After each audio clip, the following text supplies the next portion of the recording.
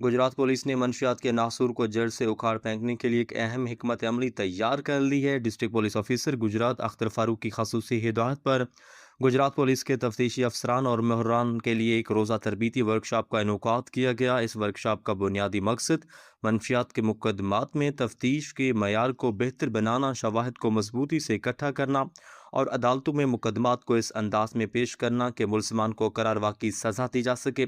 तरबीती session के दौरान DPO Gujarat Akhtar Farooq के साथ साथ DSP लीगल अख्तर महमूद और प्रोसिक्यूशन टीम के अफसरान मोहम्मद आसिफ, उमर सुल्तान चीमा और मोहम्मद हाशिम ने बतौर ट्रेनर शिरकत की। ट्रेनर्स ने अफसरान को मंशियात के मुकदमात के इंदराज से लेकर चलान की तैयारी और अदालती कार्रवाई के दौरान पेश आने वाले कानूनी पेचीदगियों से निमटने के लिए खसूसी तरबियत फराहम की।